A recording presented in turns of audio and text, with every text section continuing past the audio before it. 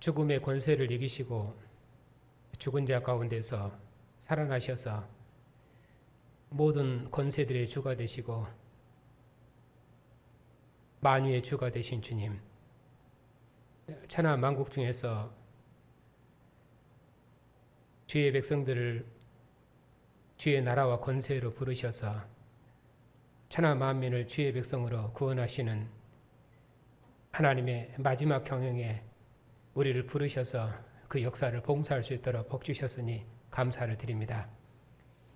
오늘도 하나님 아버지께서 아들 안에서 이루신 구원의 큰 일을 교회가 함께 공부하기 위해서 이처럼 모였습니다. 주님께서 주의 말씀을 사모하고 기뻐하는 주의 백성들에게 하나님의 크신 뜻을 밝히 나타내셔서 교회가 주님 오시도록까지 만민을 주님의 나라로 구원하는 하나님의 구원 역사를 더욱 힘있게 봉사할 수 있도록 주의 교회의 은혜를 새롭게 주시옵소서. 예수님의 이름으로 감사하며 기도하옵나이다. 아멘.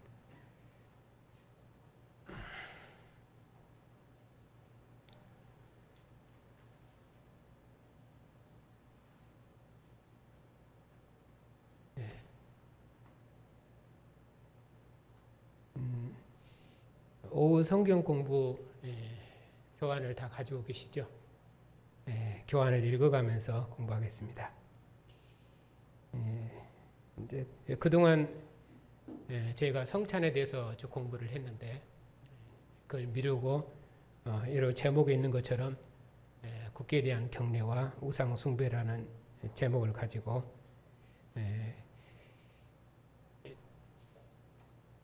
어떻게 교회가 거룩한 공동체를 이루고 또 거룩한 삶을 살 것인지 그 부분에 대해서 공부를 하겠습니다. 오늘 이렇게 갑자기 본문이 공부할 내용이 바뀐 것은 지난 주일학교 수련회 때 공부한 내용을 좀 더 보충하고 보완해야 되고 또 교정할 부분도 조금 있어서 그래서 공부 시간을 좀 이 내용으로 공부를 하게 됐습니다. 답변이 충분하지 못했기 때문에 다시 한번 공부함으로써 교회의 믿음을 더 견고히 하고 또 하나님 앞에서 우리의 믿음도 더 충성스럽게 해야 되기 때문에 그럴 필요성을 느껴서 다시 공부하게 됐습니다.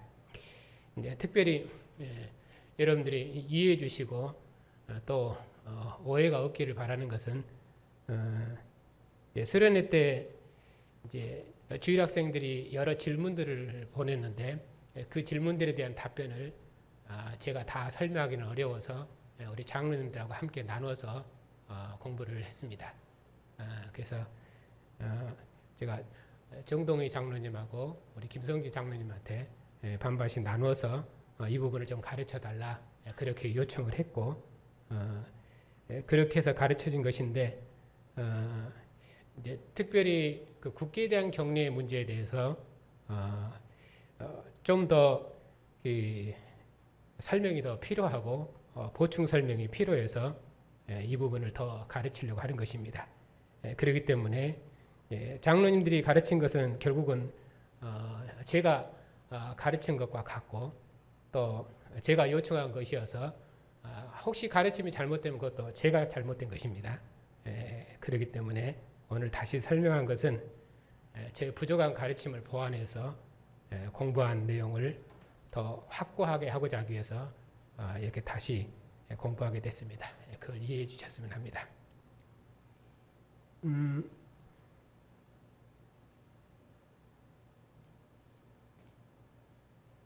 그 제목에 있는 것처럼 국기에 대한 경례와 우상숭배 제목을 이렇게 잡은 것은 제가 그 국기에 대한 경례를 답을 할 때는 관점을 제가 다른 관점에서 잡았습니다.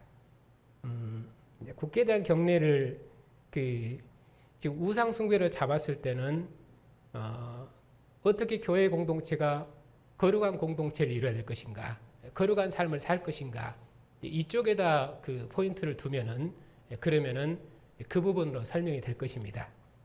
근데 이제 제가 국기에 대한 경례에 대한 답변을 할 때는 거기다 포인트를 둔 것은 아니었고 교회가 서 있는 그 구원 역사적인 위치, 그 종말론적인 위치, 그것을 교회가 알아야 되겠다.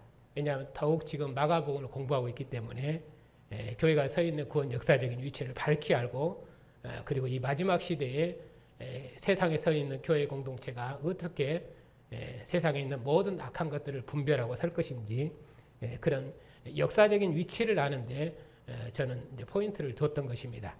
그렇기 때문에 어느 쪽에다 강조를 두고 설명하느냐에 따라서 내용이 한쪽으로 쏠리기도 하고 한쪽은 약해지기도 합니다. 그래서 거룩한 삶 쪽에다 강조를 두면은 국기에 대한 경례가 우상 숭배와 관계된 쪽으로 설명을 더 많이 할 것이고, 그리고 교회가 서 있는 역사적 위치, 종말론적인 그런 교회사적인 위치, 그런 쪽에다 포인트를 두면은 오히려 그것은 더 설명이 되지 않고 하나님의 구원 역사에다 좀 많이 설명을 할 것입니다. 그래서 지난번에는 또 주일 학생들을 대상으로 이렇게 설명을 하다 보니까 설명이 많이 미비한 점이 있었습니다.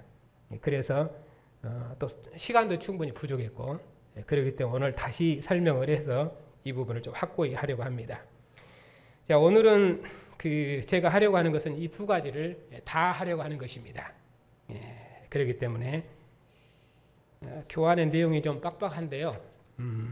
그래도 좀 읽어보면서 하십시다.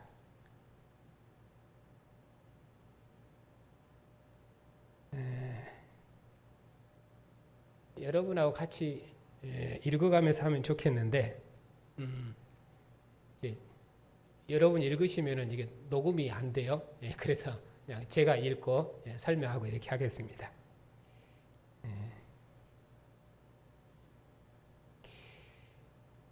하나님께서 이스라엘을 세상 모든 나라들 중에서 구별하여 여호와의 이름을 가진 거룩한 나라와 백성 삼으시고 가나안 땅을 기업으로 주시고 다윗을 왕으로 세우셔서 그 나라를 율법으로 통치하심으로 이스라엘 하나님 여호와 외에는 다른 신이 없으며 세상 만민에게 열국의 하나님이심을 나타내셨습니다.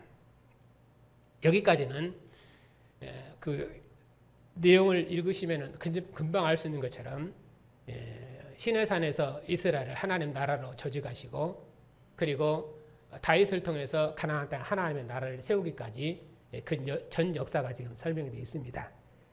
그러니까 하나님께서 이스라엘을 세상 모든 나라들 중에서 거기서 구별해서 제사장 나라, 거룩한 백성, 장자 백성 삼으셨습니다. 우리는 보통 하나님은 이스라엘을 택하시고 이방인을 버리셨다, 이 개념을 가지고 있는데 그렇게 이분법적으로 나눌 수 있는 개념이 아닙니다. 왜냐하면 교회사가 구원론적으로 설명을 했기 때문에 하나님의 구원 역사를 구원론적으로 속죄론적인 구원론, 역사적인 구원, 나라 구원이 아니라 속죄론적인 구원론 개념으로 설명했기 때문에 이삭의 후예는 이삭은 믿음이 신실한 사람이고 이스마엘은 하나님 앞에서 벌받은 사람이고 이렇게 이분법적으로 나눴던 것이죠. 그래서 에서와 야곱도 그런 식으로 구분을 했던 것이고요. 가인과 아벨도 그런 식으로 구분을 했던 것이고요. 그러나 성경은 그렇게 그 이분법적으로 옳으냐 그르냐 그렇게 나눈 것은 아니고 하나님께서 이스라엘과 이방 민족을 구분한 것도 그것은 언약이 누구에게 있는가 했을 때 이스라엘은 하나님의 약속에 대한 언약이 그들에게 있다는 의미로 그들은 택함을 받은 것이고 그들은 구원을 받은 것입니다. 그러니까 우리는 구원하면은 죽은 다음에 천당 하나님의 택함, 그 택함도 그 구원론적인 택함 이쪽에다 포인트를 두기 때문에 하나님이 역사에서 그들을 부르셔서 그들과 함께 역사를 경영하시는 그런 역사적인 택함은 잘 이해가 안 돼 있었거든요.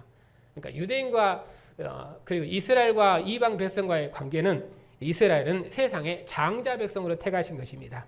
율법을 가진 언약 백성으로 하나님의 구원 약속을 가진. 그래서 이스라엘은 하나님의 율법으로 통치하고 이방인은 하나님께서 하늘의 햇빛과 기로 그리고 하나님께서 일반 모든 백성들이 주신 하나의 본성에 새겨진 공의로운 법이 있어요. 그 공의로운 법도를 따라서 세상을 다스리고 통치할 수 있도록 하나님께서 은혜를 베푸셨습니다. 그러니까 하나님은 한 번도 세상을 떠나신 적이 없고 세상을 버리신 적이 없습니다. 그건 유대인이든 이방인이든. 근데 그 모든 세상 나라들 중에서 하나님이 이스라엘을 구별하셔서 그들을 하나님의 장자 삼으시고 그들에게 하나님이 누구신가? 천지와 만물을 지으신 하나님이 누구신가? 이스라엘 애굽에서 구원하신 하나님이 누구신가? 그리고 세상의 모든 왕들과 나라들을 세우시고 나라와 경계와 한계를 정하신 분이 누구신가? 그분을 하나님 누구에게 알리셨냐면은 이스라엘 백성들이 알리셨어요. 그렇게 해서 이스라엘이 하나님을 찬양하고 하나님을 드러내면은 하나님께서는 그 이스라엘의 찬양과 경배를 통해서 영광을 받으시고, 그리고 이방인들은 이스라엘의 찬양되는 하나님을 보고 그들도 하나님을 알고 그렇게 했던 것이죠. 그렇기 때문에 하나님께서 시내산에서 율법을 통해서 나라를 설립하시고 가나안 땅에 언약을 맺으시고, 그리고 다윗을 통해서 가나안 대적을 정복하시고, 그리고 그 땅에 하나님이 율법이 통치하는 하나님의 나라를 세우신 것입니다. 그렇게 해서 하나님께서 이스라엘의 하나님이실 뿐만 아니라 이스라엘 하나님이 열국의 하나님이시며 이스라엘 외에는 다른 신이 없다는 것을 세상에 증거하고 나타내는 민족으로, 그런 의미로 이스라엘은 세상의 장자예요. 여호와의 증인으로 부르심을 받은 것입니다. 그것이 이스라엘의 정체성이죠. 그런데 그 나라가, 그런 다윗의 나라가 하나님 앞에 범죄해서 이방 나라에 멸망한 후로는 하나님께서 자기 백성을 이방 왕과 그 나라의 권세 아래 두셨습니다. 하나님께서는 이방 왕의 권세 아래 있는 자기 백성을 통해서 하나님께서는 살아계신 분이시며 세상 나라를 다스리시고 열국의 흥망성쇠를 결정하시는 하나님으로 증거하셨습니다. 하나님께서 시내산에서 이스라엘과 나라 언약을 맺으시고 그 나라 언약을 따라서 하나님께서 약속하신 대로 가나안 땅에 다윗의 나라를 세우심으로 하나님이 이스라엘의 하나님이심을 세상에 나타내셨죠.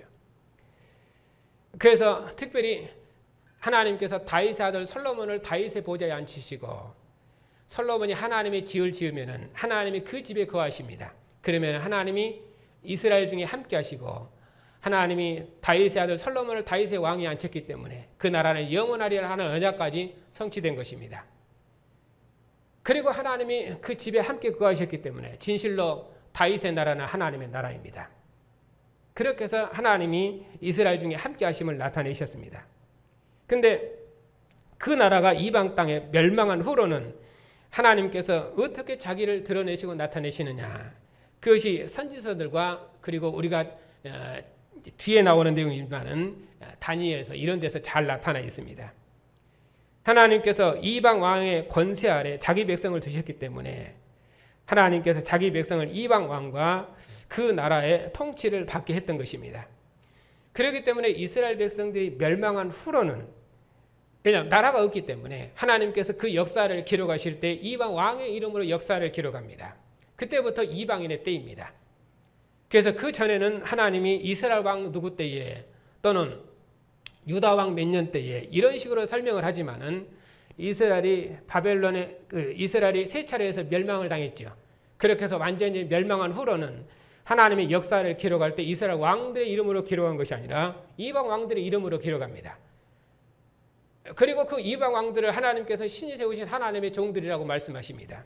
왜냐하면 하나님께서 이스라엘 백성들이 범죄했기 때문에 그 나라 백성들을 이방 땅에 던지셨거든요. 그리고 그 나라를 멸망시켰던 것입니다. 그렇기 때문에 하나님께서 그 후로는 자기 백성을 세상 나라 속에 두시고 그 남은 자들을 통해서 하나님께서는 지극히 높으신 하나님이시며 역사의 주인이심을 세상 왕들을 통해서 나타내셨습니다. 하나님께서는 하나님과 그의 백성 이스라엘을 조롱하는 세상 나라를 멸하시고 자기 백성을 세상 나라 권세자의 손에서 해방하실 것을 약속하셨습니다.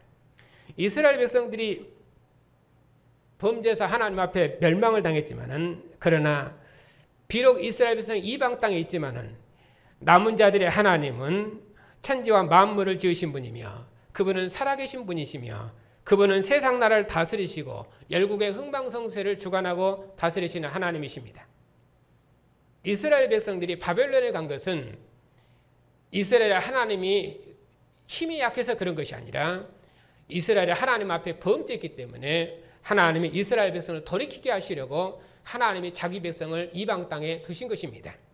그런데 이방 왕들은 말하기를 너희 신이 살아계시면 내 손에서 자기 백성을 건지는 신이 어디 있느냐 하면서 이스라엘 하나님을 조롱하고 멸시했습니다.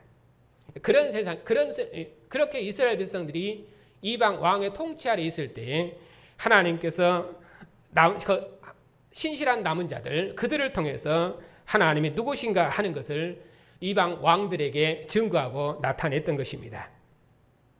그리고 하나님께서 약속하신 대로 이스라엘을 완전히 멸망시키려는 것이 아니라 하나님의 나라에 대한 약속은 다윗에게 있기 때문에 그 나라는 영원히 멸망치 아니라 약속하셨거든요. 그러나 비록 이스라엘 백성이 범죄해서 바벨론 포로됐지만 하나님은 그 나라를 그렇게 끊지 않으십니다. 하나님 그 나라의 회복을 약속하셨고 70년 만에 이스라엘 백성들을 고토로 돌아오리라는 약속을 주셨습니다. 그 약속대로 하나님께서 자기 종 고레스를 통해서 이방왕 고레스죠. 이방왕 고레스를 통해서 이스라엘 백성을 고토로 돌아오게 하시고 그렇게 해서 하나님의 약속을 이루셨습니다. 그러나 이스라엘 백성들이 온전히 돌아온 것은 아니었죠.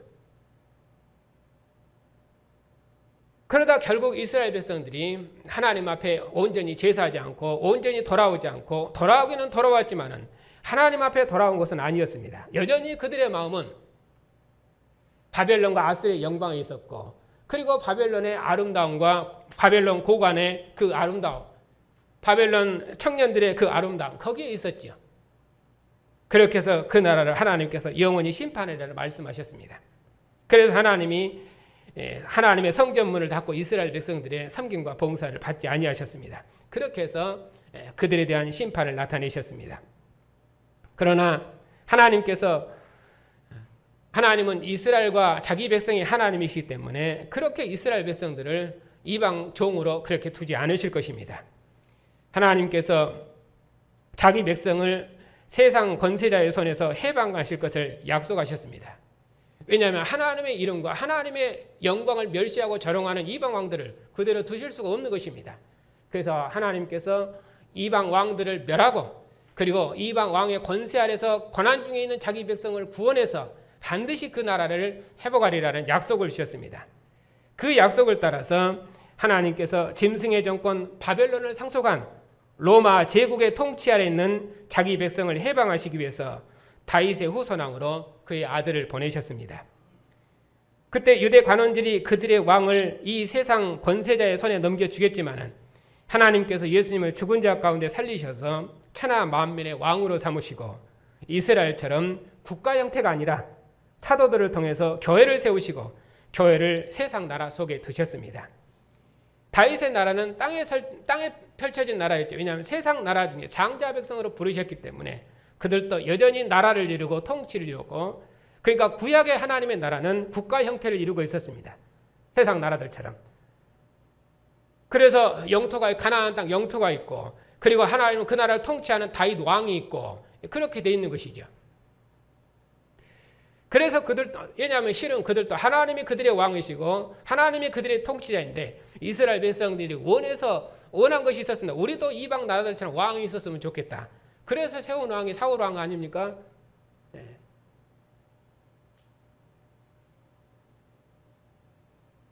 그러나 하나님 앞에 신실하고 하나님 기뻐하는 다윗 왕, 그가 진실로 하나님 나라 왕이죠. 어떻든 구약에서는 하나님께서 그렇게 이방 나라들처럼 국가 형태로 하나님 나라가 조직되었습니다.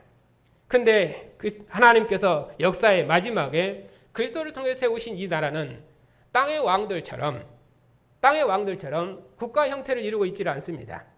왜냐하면 우리의 왕은 땅에 있는 왕들 중에 왕이 아니라 우리의 왕은 땅의 모든 왕들의 왕이신 하늘의 왕이시거든요. 그분은 땅에서 통치하는 분이 아니십니다. 그분은 하늘 보좌에서 통치하십니다. 하늘 보좌에서 땅과 땅 아래는 모든 생명의 세계를 통치하고 다스리시는 만왕의 왕이십니다. 그것이 이스라엘 백성들이 가지고 있는 세계관입니다. 우리는 보이는 세계, 이 땅의 세계만 하나님 나라 이렇게 생각하지만은 주님께서는 땅에 있는 모든 왕들을 통치하고 다스리시는 하늘의 왕이십니다. 그런 의미로 그분은 하늘 보좌에서 통치하시는 만왕의 왕이십니다. 그 나라의 왕으로 그 나라 백성으로 그 나라를 하나님이 교회로 세우시고 그리고 우리는 그 나라의 백성으로 부르심을 받은 것입니다. 그러니까 역사의 마지막에 나타난 그리스도의 나라는 그 교회는 이방 나라들처럼 땅에 세워진 나라가 아닙니다. 왜냐하면 우리의 왕이 하늘에 있기 때문에 우리의 왕이 하늘 보좌에서 통치하시기 때문에 그분이 세상 나라 모든 왕들을 세우기도 하시고 폐하기도 하시고 나라들을 세우기도 하시고 멸학 경계를 정하신 분이거든요. 그렇기 때문에 이스라엘처럼 땅에 있는 국가 형태가 아니라 사도들을 통해서 세우신 교회는 그런 형태로 되어 있지를 않습니다.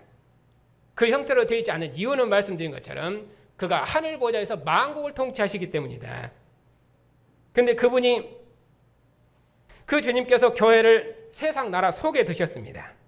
세상 나라가 우리 주와 그 그리스도의 나라가 되기까지 세상 나라와 그 나라의 왕들이 그들에게 왕권을 주신 하늘 왕께 온전히 복종하고 성도들이 그 나라를 얻기까지 하나님께서 교회를 세상 나라 왕들의 권세 아래 두시고 구원 역사를 경영하십니다. 그것이 이스라엘의 바벨론 포로된 이후로 이방인의 때이고 하나님께서 역사를 경영하시는 방식입니다.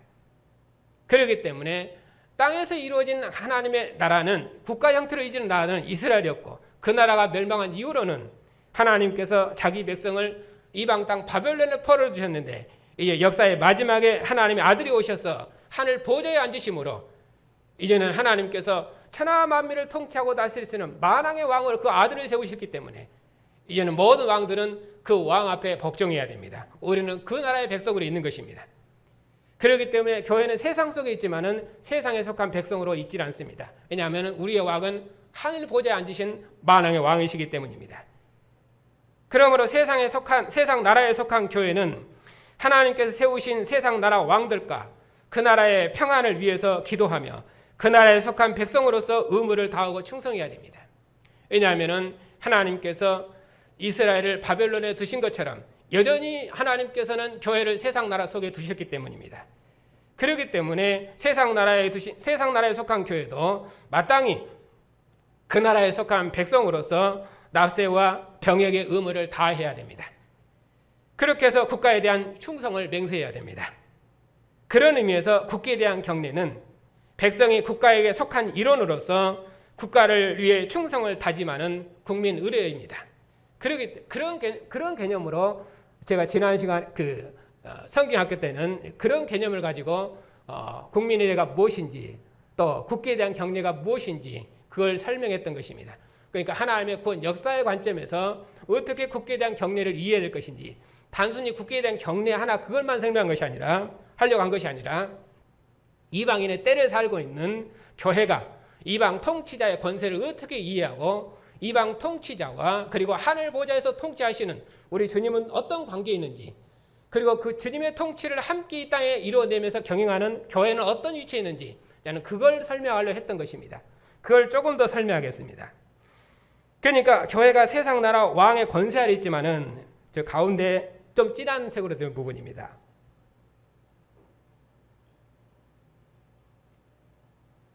분명히 세상 나라 왕과 그의 권세 아래 있지만은 교회는 세상 나라 중 하나가 아니며 세상 나라 백성 중 하나가 아닙니다. 분명히 세상 나라에 있지만은 세상에 속한 백성은 아니에요. 하나님께서 죽은 자 가운데서 부활하신 예수님을 하늘 보좌 우편에 앉히셔서 세상 모든 왕들 중에 왕으로 높이시고 세상 나라 왕들과 나라들을 통치하시고 다스리시는 만주의 주로 삼으셨습니다.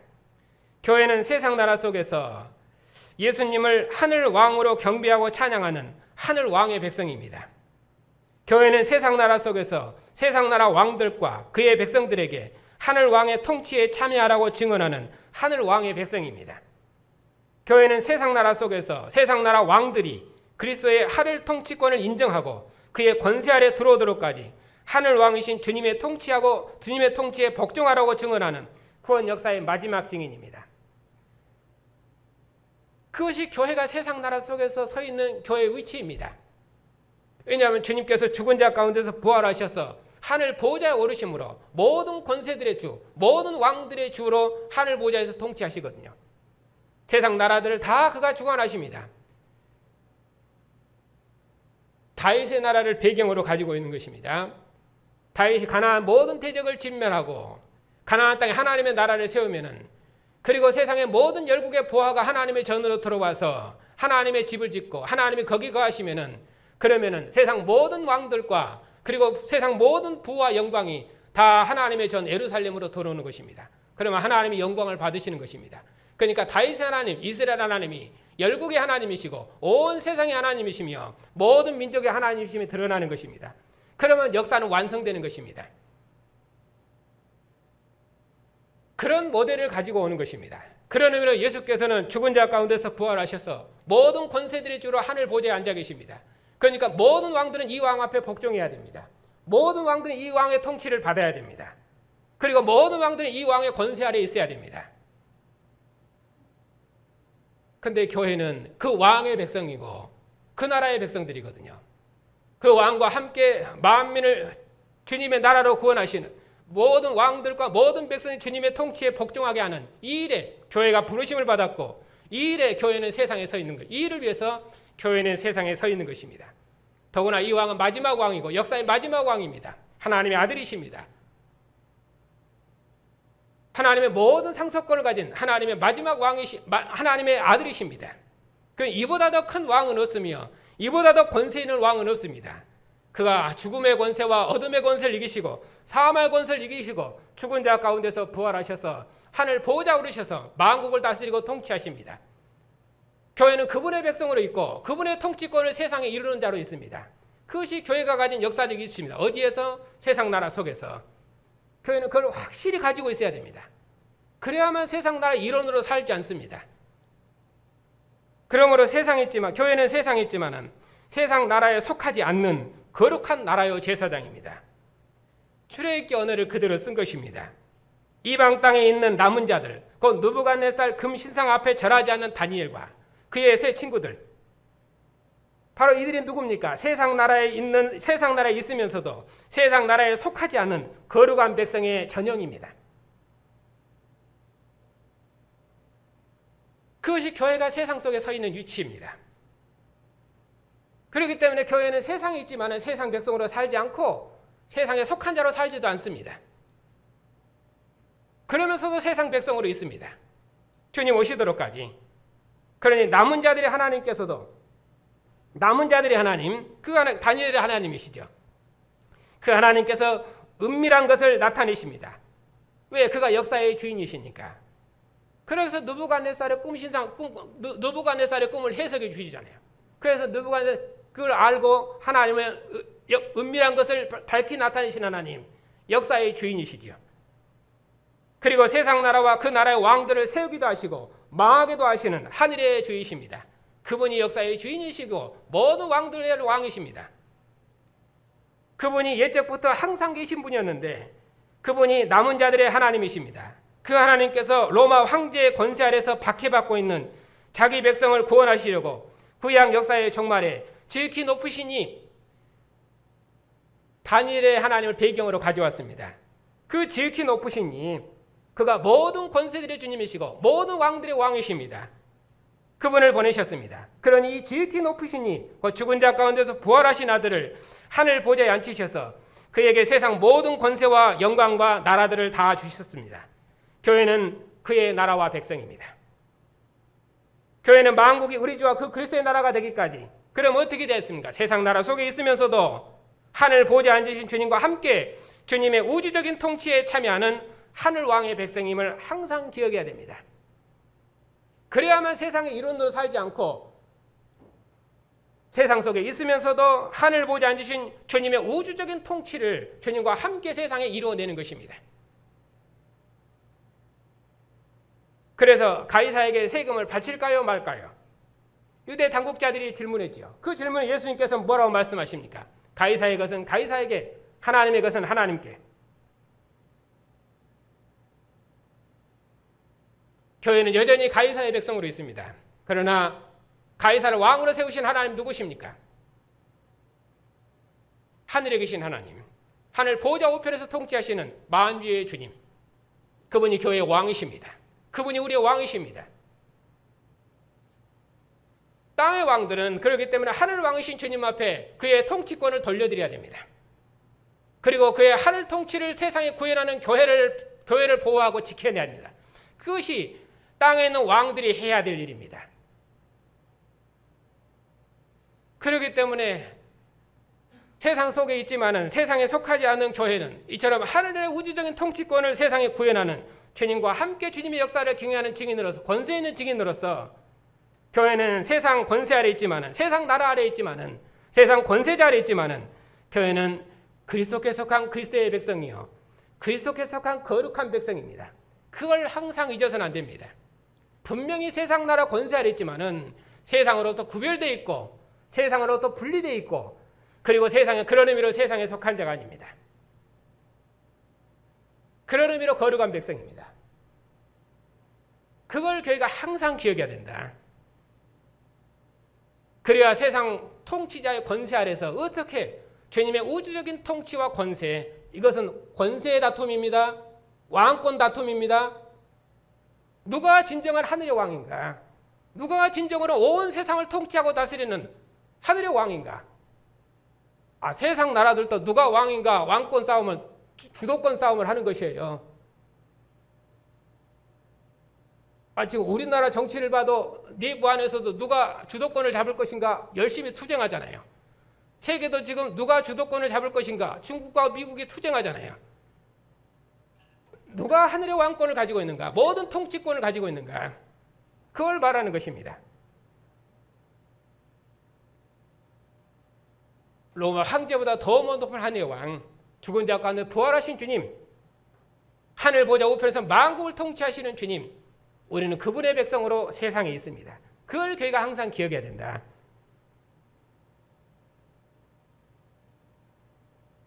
그렇기 때문에 당연히 교회가 세상 속에 있기 때문에, 세상 통치자의 권세 아래 매여 있기 때문에 세상 통치자의 권세를 따라야 되고 의무를 다해야 됩니다. 그런 의미에서 국기에 대한 경례는 하나의 국가에 대한 국민 의례로서 우리가 마땅히 해야 될 일입니다. 그럼에도 불구하고 제가 간과했던 것은 무엇이냐? 그건 원론적으로는 맞는 말인데, 국기에 대한 경례가 교회사적으로, 그리고 그건 역사적으로, 또 우리나라 역사적 상황에서, 그리고 지금의 현재 시점에서 국기에 대한 경례를 교회가 어떻게 이해하고 있는가 하는 것입니다. 그걸 먼저 생각해야 되거든요. 그러니까 그 부분은 제가 이제 포인트를 두지 않았기 때문에 이제 뺐던 것입니다. 그런데 질문 자체가 국기에 대한 경례를 해도 됩니까? 라는 그 질문 자체가 그런 상황에서, 왜냐하면 해도 되는지 안 되는지, 왜냐하면 다 안 된다고 생각을 하고 있기 때문에 그 질문을 했을 거 아닙니까? 그러니까 그런 상황이 있고, 또 교회사적으로도 우리나라에서도 그런 것들이 다 우상 숭배로 생각해서 그걸 거부하고 있었기 때문에 이제 그 부분에 대해서 다시 물었던 것입니다. 그러면은 그 부분에다 포인트를 두고 설명을 더 해야 되겠죠. 그 부분은 제가 뺐습니다. 그래서 이제 질문이 더 나온 것입니다. 그래서 그 부분을 조금 더 설명을 하겠습니다.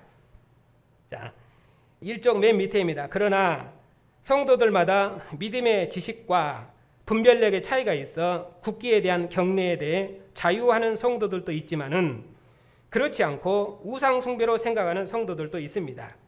국기에 대한 경례를 우상 숭배로 생각하는 성도들이 국기에 대한 경례가 어떤 우상적인 요소가 있는지 충분히 설명듣지 못해서 국기에 대한 경례는 해도 된다 결론만 기억하여 자기 믿음과 상관없이 국기에 대한 경례를 하게 되면 그 성도의 양심은 더러워질 수 있습니다. 성도는 어느 경우에 있을지라도 이중 양심을 가져서는 안 됩니다. 오직 하나님께만 충성하고 사랑하는 깨끗한 양심을 가져야 됩니다. 그런 의미에서 국기에 대한 경례가 어떤 우상적인 요소가 있는지, 또 국기에 대한 경례로 교회는 어떤 박해를 받았는지, 그건 역사와 한국교회사의 예를 들어야 되겠습니다. 자, 그 예를 들기 전에 항상 먼저 기억해야 될 것은 하나님은 우리의 왕이시며 우리는 그의 백성입니다. 백성은 오직 왕이신 하나님께만 충성해야 됩니다. 하나님께만 왕이신 하나님께 충성하지 않은 것은 그것은 곧 반역입니다. 그러면 그 나라의 백성이 될 수가 없는 것입니다. 오늘 본문에서도 예루살렘 서기관들이, 당국자들이 예수님 나라에, 주님의 나라에 들어오지 못한 이유가 무엇 때문입니까? 예수께서 귀신의 권세를 쫓아내시는 권세 있는 하나님의 아들 메시아이신 표적을 보고도 그들이 거절했거든요. 그렇기 때문에 그들은 오시는 주님의 나라를 유업으로 상속받지 못하고 거기서 저주된 것입니다. 다시는 속지 않은 제사가 없는 것입니다. 오직 백성은 왕이신 하나님께만 충성해야 됩니다. 항상 그것을 기억해야 됩니다. 자, 역사에서 느부갓네살 왕, 다니엘서를 보면 잘 나옵니다. 이 느부갓네살 왕은 자신을 대신해서 거대한 금신상을 만들었습니다. 그리고 그 신상을 세우고 모든 백성에게 엎드려 절하지 않은 자는 죽으리라 명했습니다.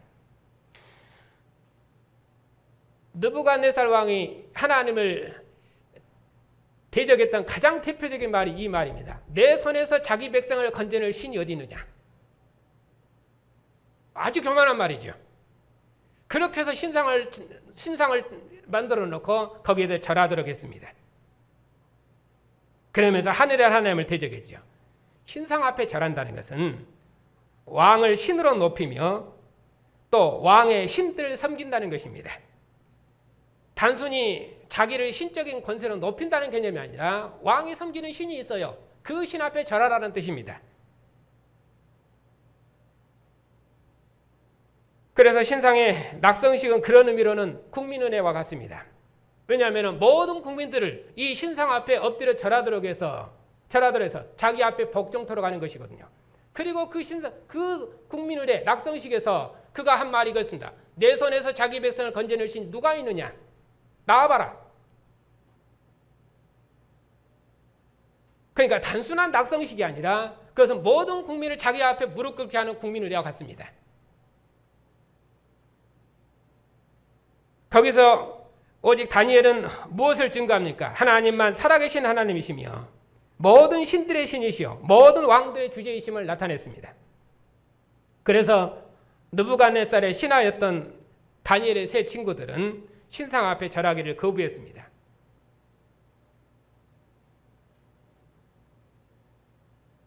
다니엘도 그 전에 그들의 하나님 앞에 하루 3번씩 기도하다가 걸려가지고 한바탕 죽을 뻔했지요. 그래서 다니엘은 그것 때문에 사자굴에 들어갔고 다니엘의 세 친구들은 풀무불에 들어갔습니다. 로마 황제 때도 그랬지요. 자신을 신의 아들로 높이면서 신전을 건립하고 거기에 숭배하겠습니다.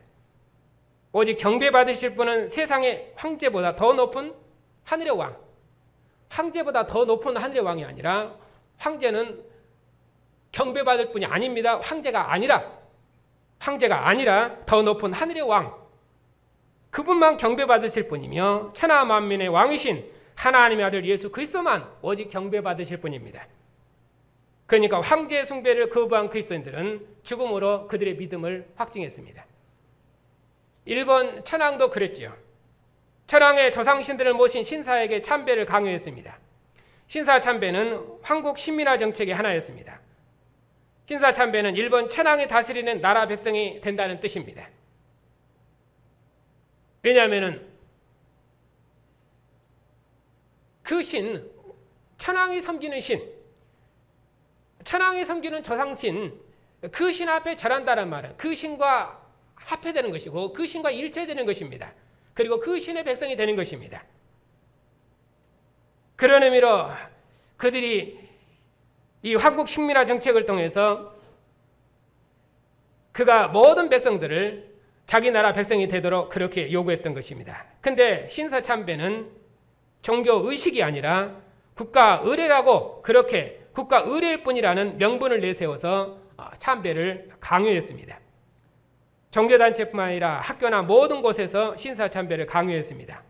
일본 국기를 개양하고 한국 식민서사를 이어서 낭독하게 하고 동방요배를 강요했습니다.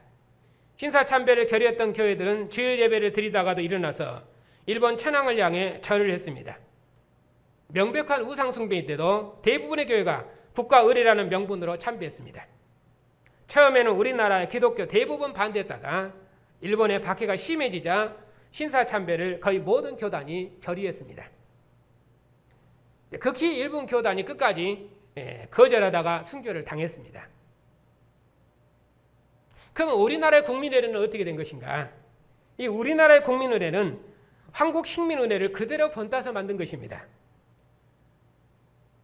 또 독재 정권은 이 국민의례를 정권 강화를 위한 통치 수단으로 활용을 했습니다.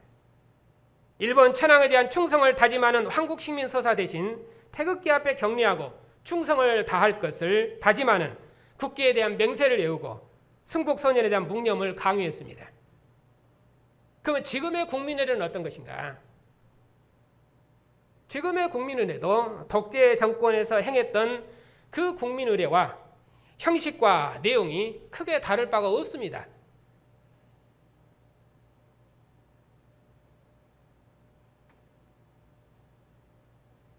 왜냐하면 아직도 이 국기에 대한 경례를 거부하면은 그러면 감옥에 보내거든요.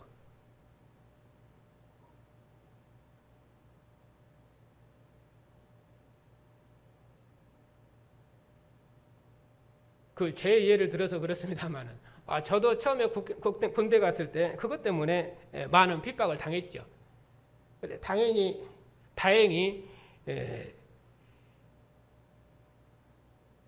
저희 이제 훈련 중대장님이 교인이어서 그랬는지 모르겠습니다만 어떻든 저를 빼냈습니다.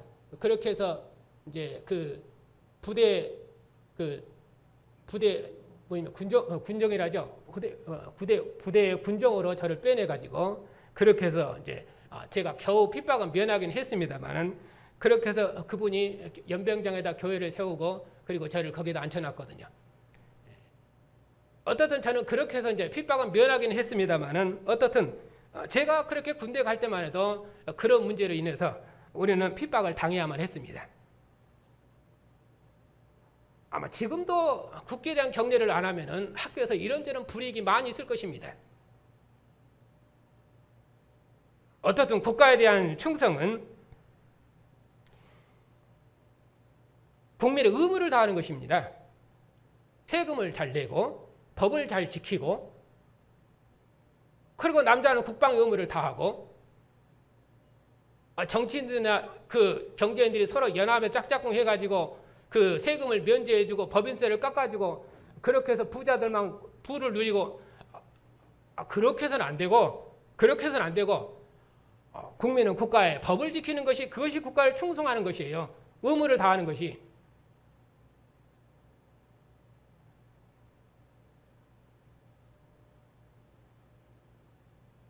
그것뿐만 아니라 제2계명은 이렇게 말씀해요. 너를 위하여 색은 우상을 만들지 말라.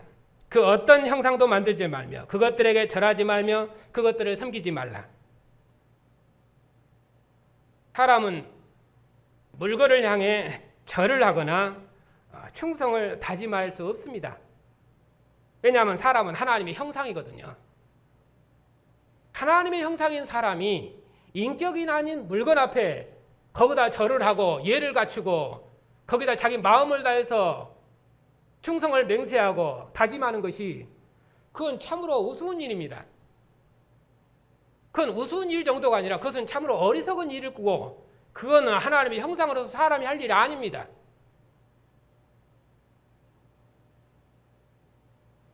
우리가 지나가다가 어떤 사람이 큰 나무 앞에 절을 한다든지 큰 돌 앞에 절을 한다든지 그러면은 다 사람들이 이상하다고 할 것이에요.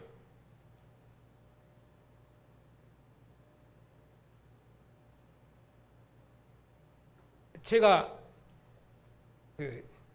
다른 사람이 예를 드는 것보다 제 예를 드는 것이 더 이제 큰 오해는 없을 것 같아서 하는 말씀인데, 제가 이제 그것이 꼭 맞다 그런 말은 아닙니다. 맞다 틀리냐의 문제가 아니라 믿는 바를 어떻게 따라 고백할 것인가, 그리고 어떻게 항상 하나님이 기뻐하는 일은 무엇이고 하나님이 슬퍼하는 일은 무엇이고 그리고 하나님이 원치 않는 것은 무엇인가, 그것을 항상 예민하게 생각하고 그렇게 해야 되거든요. 왜냐하면 하나님을 사랑하기 때문에, 또 하나님은 질투하는 하나님이시고 그 사랑은 질투의 사랑이라 오직 충성을 요구하는 사랑이라 하나님 앞에서 깨끗해야 되고 정결해야 되고 완전해야 되거든요.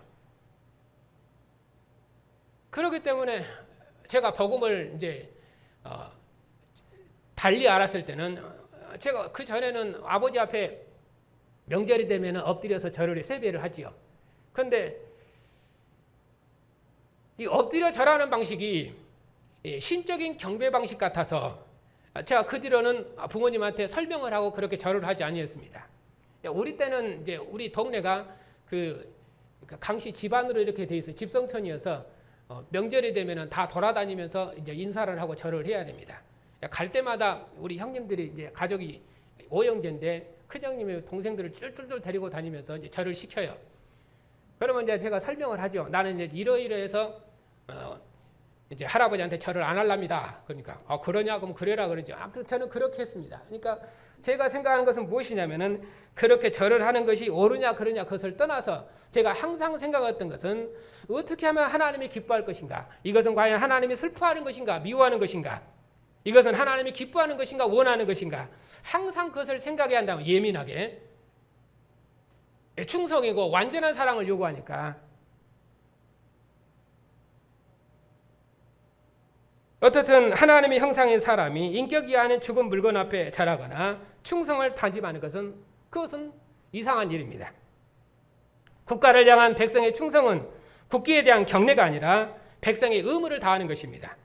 세금을 바치고 관원을 존중하고 왕과 왕의 나라의 평안을 위해서 기도하는 것입니다. 왜? 우리는 그 나라에 속해 있으니까. 그래야 복음을 전하고 그래야 천하 만민을 주님의 나라 백성으로 불러 모은 하나님의 마지막 역사를 교회가 봉사해 낼 수 있는 것이거든요. 물론 교회는 전쟁이 나든 아니면 어떤 상황이 있든 우리는 이 나라가 민주주의가 되든 공산주의가 되든 어떤 상황이 있든지 우리는 그리스도의 백성으로 세상에 서 있을 것입니다. 그건 환경하고는 상관이 없습니다. 그러나 교회가 평안한 중에 있으면 복음을 전파하기 좋지요. 그런 의미에서 국가의 안정과 평안을 위해서 당연히 기도해야 됩니다. 그런 의미에서 국기에 대한 경례는 앞에서 쭉 설명드린 것처럼 그 기원부터 우상적인 요소가 너무나 다분하게 되어 있습니다. 그리고 역사적으로 봐도 그런 상황이 있거든요. 아마 그런 것 때문에 우리 주일 학생들이 질문을 했을 것입니다. 그러면 이제 결론이 무엇입니까? 제 결론은 하나님은 질투하는 하나님이시다. 하나님의 사랑은 질투하는 사랑이다. 하나님께서는 오직 자신만 사랑하며 오직 자신에게만 충성하기를 원하십니다. 하나님의 통치보다 국가의 통치를 더 두려워해서는 안 됩니다. 세상 나라 통치자가 자기 한계를 넘어서면 교회는 그에게 통치권을 위임하신 하늘왕이신 주님의 백성으로서 마땅히 항거할 것입니다.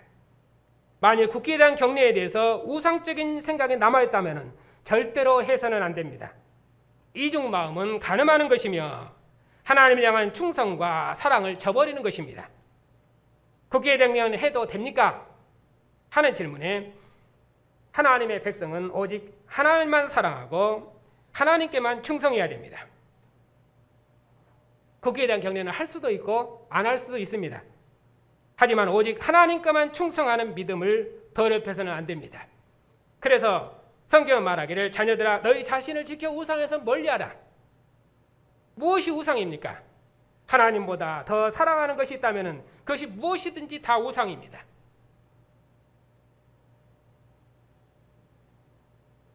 어느 시대나 모세가 시내산에 올라갔을 때 이스라엘 백성들이 금송아지를 만들었습니다. 금송아지가 무엇입니까? 모세가 시내산에 올라가는데 안 보입니다. 이스라엘 백성이 불안합니다. 그래서 그들의 신을 만든 것이죠. 이것이 우리를 애굽에서 인도한 신이라. 그들이 다른 신을 섬긴 것이 아닙니다. 그들이 하나님을 신뢰하지 못했던 것이죠. 그렇게 해서 그들이 보이는 하나님을 만들어낸 것입니다. 하나님은 그걸 싫어하신 것입니다. 이 계명은 너를 위하여 새긴 우상을 만들지 말며 하늘에 있는 것이 땅에 있는 것 땅 안에 그 어떤 것의 형상이면 그릇 절하지 말며 그것들을 섬기지 말라. 나 여호와는 질투하는 하나님인즉 이렇게 말씀하시잖아요.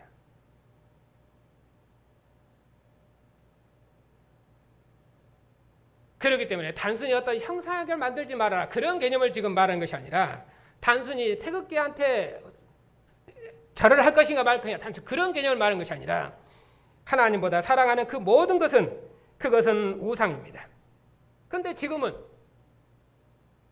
항상 이스라엘을 미혹했던 것은 하나님의 이스라엘을 대적하고 미혹했던 것은 그것은 다른 것이 아니라 특별히 이스라엘 백성들 하나님의 말씀으로 자기 백성을 가르치기는 선지자가 하나님의 말씀으로 이스라엘 백성을 가르치죠. 그렇기 때문에 이스라엘 백성을 넘어지게 한 것은 그 거짓 선지자가 나타나서 이스라엘 백성을 넘어지게 한 것입니다. 왜냐하면 가장 아름다운 것으로 항상 사탄은 하나님의 백성들을 넘어뜨리고 하나님의 백성들을 미워하기 때문입니다. 보이는 것은 금방 알 수가 있습니다. 그러면 지금 시대에 교회를 미워하는 것이 무엇이겠습니까? 계시록은 마지막 말씀하십니다. 주님 오셨을 때도 사단이 자기를 광명한 천사처럼 변장해서 하나님의 교회를 미혹했는데 하나님의 아들을 십자가에 못 박아 죽인 자들이 누굽니까? 이스라엘 가장 자랑을 여겼던 율법, 그 율법이 하나님의 아들을 십자가에 못 박았고 이스라엘의 하나님의 성소를 하나님의 율법을 맡았던 이스라엘 당국자들과 이스라엘 관원들이 그들의 왕을 죽였습니다. 무엇으로? 율법으로. 그러니까 하나님께서 역사에서 새롭게 하시는 그 일을 알지 못하면은 그들은 하나님의 반역자로 서는 것입니다. 사도 바울이 율법에 충실했고 하나님 앞에 충실한 종입니다. 그런데 그가 하나님께서 아들을 통해 행하신 새 일을 알지 못했을 때 그는 그리스도의 원수로 살았습니다. 우상숭배가 다른 것이 있는 것이 아니라 하나님께서 역사에 행하신 새로운 일을 알지 못하면은, 그리고 그 역사에 함께 참여하지 못하면은 그것이 우상숭배입니다. 그렇게 해서 주님의 나라를 온전히 섬기지 못하게 되는 것입니다. 주님 오셨을 때 적그리스도가 나타나는 것처럼 지금 교회를 누가 미혹하겠습니까?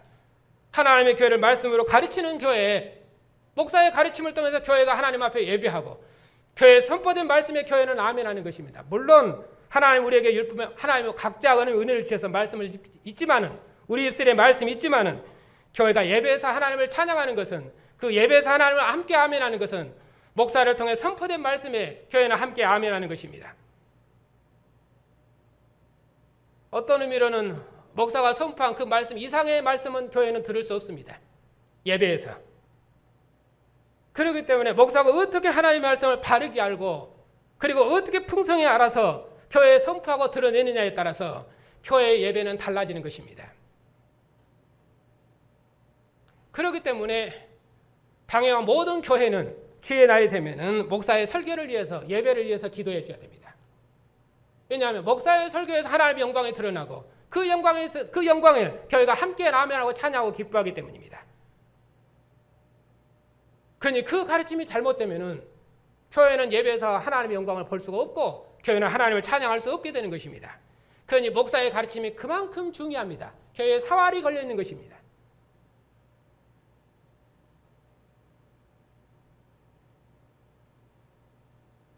그러니 교회를 미워가는 어둠의 세력, 우상숭배는 거짓된 가르침으로 교회를 미워가는 거짓 선지자가 있었던 것처럼, 적그리스도가 있었던 것처럼 지금은 거짓 목자들이 있겠지요.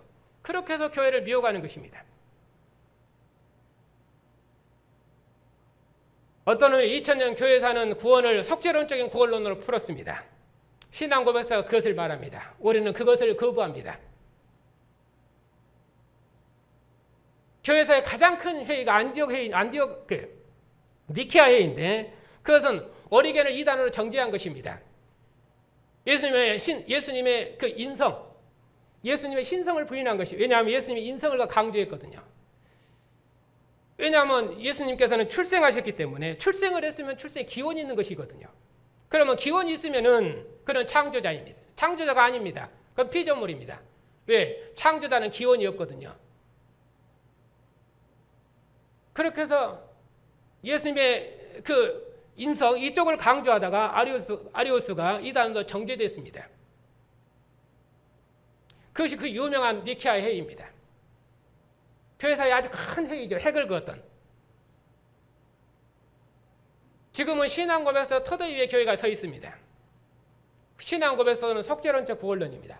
그러나 성경은 속죄론적 구원론을 말하지 않습니다. 여전히 2000년 교회사는 속죄론적 구원론과 존재론 터대 위에 있습니다. 하나님은 변하냐 변치 않느냐.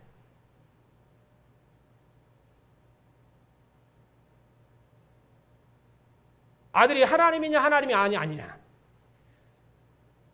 왜냐하면 신성, 인성 이런 논쟁으로 하나님을 정의하고 아들을 정의했기 때문에 그 정의가 불가능한 것입니다. 어떤 의미로는. 그런 토대 위에서 우리는 2000년 교회사가 성경을 바르게 해석하는 것이 아니고 이제는 신앙 고백서 토대에는 성경 해석은 어론 해석이 아니어서 우리는 그것을 거부하고 정치적으로도 그것을 받아들이고 있지 않습니다. 물론 아직 우리 노예는 신앙 우리의 어떻게 예배하고 어떻게 하나님을 정치할 것인가 하는 그런 신앙 고백서가 우리는 아직 작성되어 있지 않지만은 지금 이제 우리가 하려고 하는 것은 그것만 남아 있습니다. 왜냐하면은 정치는 어느 정도 완성이 됐습니다만은 어떻게 예배할 것인가 하는 그 신앙 고백서는 아직은 만들어지지 않았거든요.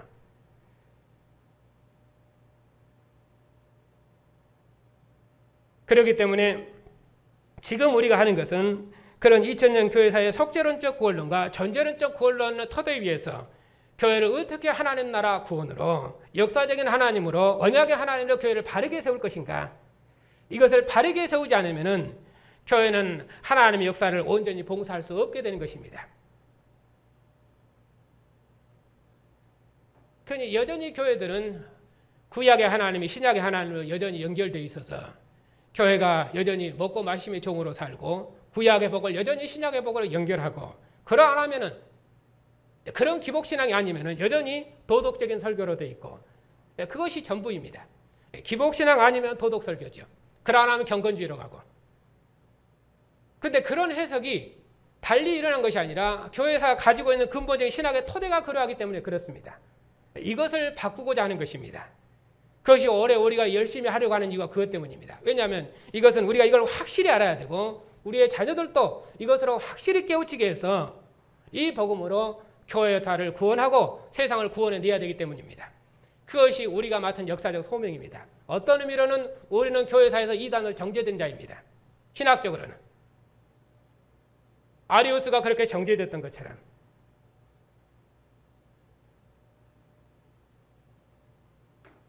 그래도 하나님께서 우리에게 말씀의 빛을 비추셔서 이 구속사 복음으로 교회를 시작하게 했고 또 이 복음이 모든 사람들에게 많은 사람들에게 증거되고 그리고 가르쳐졌습니다. 그리고 지금의 여기까지 이루어졌습니다. 그리고 제가 할 일은 무엇이겠습니까? 이렇게 배운 구속사 복음을 더 확고히 하고 더 견고히 해서 교회가 이 토대 위에 더 확고히 서줘야 됩니다. 그렇게 해서 이것을 우리가 배웠던 이 복음을 우리의 자녀들에게 상속하고 또 우리에게 속한 모든 자들을 구원해내서 이 복음이 교회를 새롭게 할 수 있도록 이 복음이 만민을 구원해낼 수 있도록 이 복음으로 모든 어둠의 권세하는 백성들을 구원해낼 수 있도록 우리가 이 일에 전념을 다해야 되고 모든 힘을 다 쏟아야 됩니다. 그냥 예수 믿는 것은 예수 믿고 죽은 다음에 저 좋은 데 간다 그런 개념이 아닙니다. 성경은 그런 구원을 말하고 있지 않고 그런 믿음을 말하고 있지 않습니다. 하나님 나라 백성이 된 것이고 하나님 나라에 참여하는 구원입니다. 그렇기 때문에 이 나라를 위해서 모든 것을 다 버려두고 이 나라를 위해서 자기 모든 생을 걸어야 됩니다. 왜냐하면 이 나라를 위해서 우리가 부르심을 받았거든요. 나라를 위해서 헌신하고 충성하지 않는 자가 그 나라가 완성되었을 때 무엇을 얻겠습니까? 그래도 나는 이렇게 신앙생활 하다가 그냥 천국이나 갈라요. 이렇게 하면은 그것은 성경이 말하는 천국은 없고 그런 천국은 없고 그런 구원은 없습니다. 다윗의 나라가 완성되었을 때 다윗과 함께 다윗의 영장으로서 그 나라를 위해서 목숨 걸고 전방에 섰던 사들이 그들이 다윗의 나라가 완성돼서 다 한 자리 찾아 그 왕권을 다 영광의 자리를 앉았던 것입니다. 그거는 나라 백성이 되는 구원이고 나라를 구원하는 구원이기 때문에 그 나라를 봉사하는 것이 우리의 구원이고 우리가 부름받은 것이고 우리의 생의 모든 목표입니다.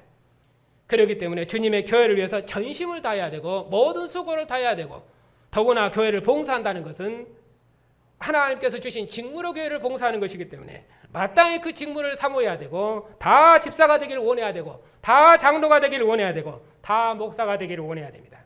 그렇게 해서 주님의 나라에서 영광을 얻어야 됩니다.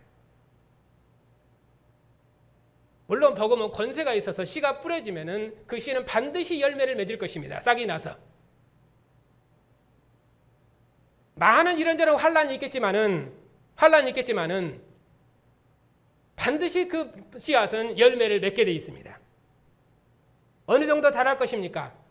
겨자씨처럼 작은 씨였지만은 그 바벨론의 영광을 배경으로 하고 있는 것이죠. 바벨론 나라가 세상 제국을 정복을 했습니다.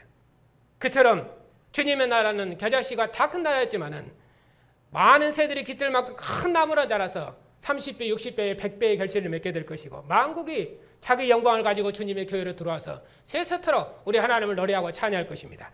이것이 교회가 바라보는 역사적 조망입니다. 이것 때문에 교회는 낙심하지 아니하고 복음의 씨앗을 뿌리는 것입니다. 우리의 말에 설득력이나 언변이 아니라 주님의 권능이, 복음의 능력이 이 일을 이룰 것입니다. 그러면서도 들을 기 있는 자는 들으라 말씀하십니다. 왜? 이 말씀은 마지막 말씀이고 이 말씀은 아들의 말씀입니다. 다시는 이보다 더 큰 말씀, 권세의 말씀이 없습니다. 그러니 듣는 자의 책임을 말합니다. 들을 기 있는 자는 들으라. 반드시 열매 맺어야 되고 열매 맺지 못하면 심판입니다. 열매 맺지 못하면 그 나라에 들어가지 못합니다. 그러니까 행한 대로 갚을 것입니다. 그러니 있는 자는 받겠고 없는 자는 그 있는 것까지 빼앗기리라 그렇게 말씀하지 않습니까? 그러니까 전심을 다해서 주님의 교회를 봉사해야 되고 주님의 나라를 봉사해야 됩니다. 모든 생명을 다해서 봉사해야 됩니다. 어떻게 하면 천국을 얻을까? 하나님 나라 들어갈 것이요. 부자 청년은 물었을 때 율법을 다 지켜라. 다 지켰습니다. 그러면 모든 것을 팔고 내게로 와라. 나를 따르라. 우리가 분명히 세상의 기업을 가지고 있고 세상 나라에 속해 있고 그걸 먹지 않으면 살 수 없습니다. 그러나 그것이 우리의 영원한 생명은 아닙니다.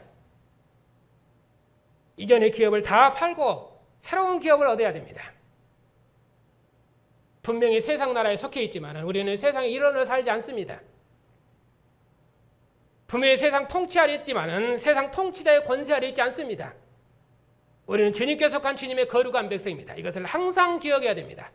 그랬을 때 세상 권세 아래 있을 때 권세자의 명령이 그리고 세상 권세의 모든 능력들이 그것이 하나님의 거룩한 백성으로서 그 거룩을 더럽히는 것이 있는가 항상 생각해야 되고 경성해야 되고 그리고 예민하게 반응해야 되고 과연 이것이 하나님 앞에 옳은지 그른지 하나님이 기뻐하는지 슬퍼하는 일인지 그걸 민감하게 반응해야 됩니다. 왜? 사랑이니까 충성이니까.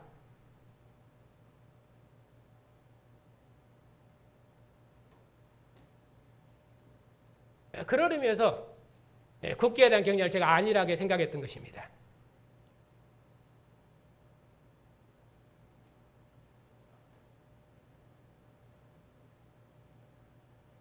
질문은 국기에 대한 경륜을 해도 되나요? 하는 질문이지만은 제가 제목을 잡기를 국기에 대한 경륜과 우상숭배 이렇게 잡았던 것은 어떻게 하면 세상에 속해 있지만 세상에 속하지 않은 거룩한 백성으로서 우리의 거룩한 삶을 유지할 것인지 왜냐하면 종말의 시대를 살고 있으니까 그러니까 항상 때를 분별하고 주님 속히 오시라 약속하셨기 때문에 주님의 오심을 간절히 기다리고 천년을 하루처럼 주님의 오심을 간절히 기다리고 세상에 변화가 있으면 왜냐하면 주님 오시면은 만국이 요동치는 것이고 왜냐하면 우주적인 변화가 일어나는 것이거든요. 그것은 구약의 배경을 가지고 온 것입니다.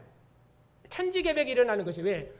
우주의 질서를 새롭게 바꾸고 새로운 나라가 펼쳐지니까 새로운 세상이 오니까 그런 의미로 우주적인 대격변이 일어난다든지 자연적인 대재앙이 일어난다든지 그랬을 때 하나님이 어떻게 역사를 경영하시는지 때를 분별하고 그렇게 해서 우리가 주님 오시는 가까운 이때에 어떻게 우리의 믿음을 새롭게 해서 오시는 주님을 예배하고 그 일에 있어서 우리가 주님의 나라를 위해서 더욱 충성스럽게 봉사할 것인지 그런 생각을 해야 됩니다.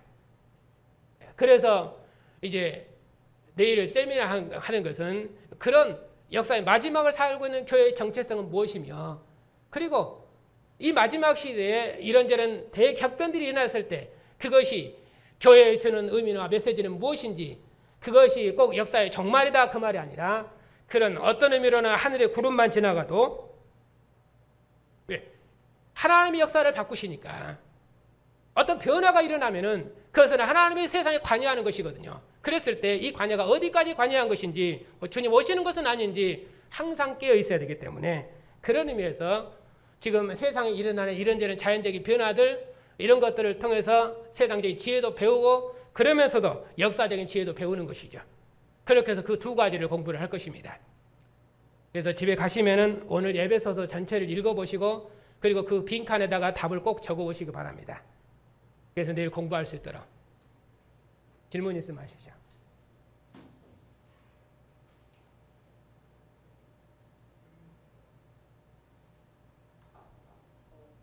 저는 이제 국가를 향한 국기에 대한 충성이나 국가에 대한 충성은 이제 국가는 하나님의 나라를 보좌하기 위해서 만들어진 그 하위 단체 수준으로 저는 이제 이해하고 있는데, 그런 의미에서 국가에서 이렇게 생활하고 있는 우리 국민들은 이 국민들이 국가를 이제 세금을 바치고 관원을 존경하고 왕과 이 국가에 대한 평안을 위해서 기도하는 것이 하나님에 대한 충성과 이중적으로 충성하는 것이라고 생각되지 않고 국가를 향한 충성이고 하나님을 향한 충성이라고 느껴지는데, 이거에 대해서 어떻게 생각하십니까? 그죠? 그건 이중 충성이 아니고, 이중 충성하면은 그런 반역이죠. 안 되죠. 예. 국가를 향한 충성은 그것은 하나님께서 이방 나라 속에 교회를 두셨기 때문입니다. 주님 오시도록까지는. 하지만은 주님께서는 하늘 보좌 우편에 계십니다. 그리고 만국을 다스리고 통치하십니다. 그분은 세상 나라들을 세우기도 하시고 멸하기도 하시는 분이며, 그리고 모든 열국의 경계를 정하고 한정을 정하시는 분입니다. 그분이 역사의 주인이십니다. 우리는 그분의 백성으로 있습니다.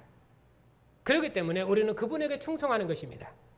그렇기 때문에 세상 권세자의 충성, 하위 개념이라고 했는데, 물론 하위 개념으로 볼 수도 있습니다. 그러나 하위 개념이냐 상위 개념이냐, 물론 통치권의 관점에서는 그렇습니다만 우리는 역사에 살고 있기 때문에 하나님이 이방 나라에 권세하루를 두셨기 때문에 당연히 우리의 왕은 이 국가의 통치자입니다. 그 통치 아래 매여 있습니다. 그러면서도 하늘 왕을 섬기는 하늘의 주다. 그 왕들의 권세도 누가 줬습니까? 하늘 왕이신 우리 주님께서 주신 것이거든요.